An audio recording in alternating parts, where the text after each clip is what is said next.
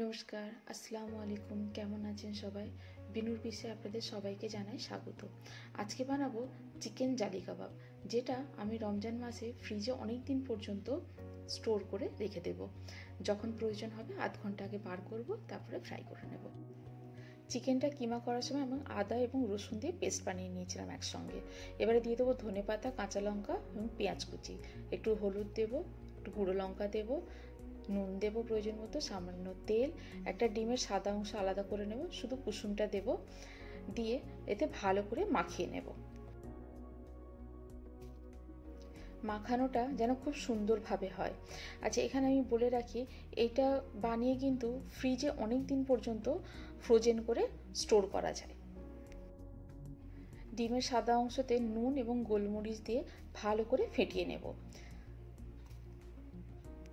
একটা oil Greece করা container নিয়ে নেব, ব্রেড ক্রাম্বস নিয়ে নেব, অল্প একটু পোরশন নিয়ে এবারে কাবাবগুলোকে ভালো করে গড়ে নেব। এগ হোয়াইটে ডুবিয়ে নিলাম একবার, নিয়ে ব্রেড ক্রাম্বসের উপরে ভালো করে রোল করে নেব।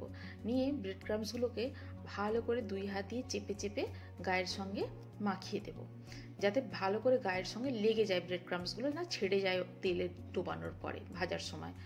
তাই ভালো করে ব্রেড ক্রাম্বসগুলোকে গায়ে জড়িয়ে নিতে হবে।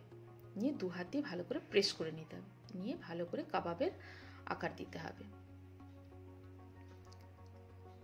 এই যে ভালো করে কাবাব একটা তৈরি করে নিলাম। এইভাবেই সবগুলোকে তৈরি করে নেব।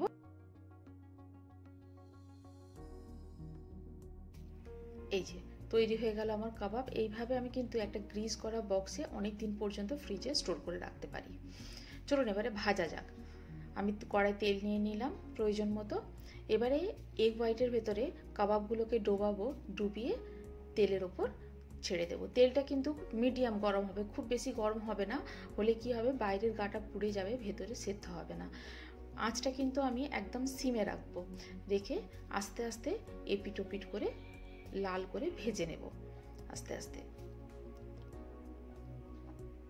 মনে রাখতে হবে আঁচটা কিন্তু একদম কমেতেই থাকবে, যাতে পুড়ে না যায়। দুপিট লাল করে ভেজে তুলে নেব। তৈরি আমার চিকেন জালি কাবাব। আজ তাহলে এই পর্যন্তই, আবার দেখা হবে। ভালো থাকুন, সবাইকে ভালো রাখুন। আল্লাহ হাফিজ।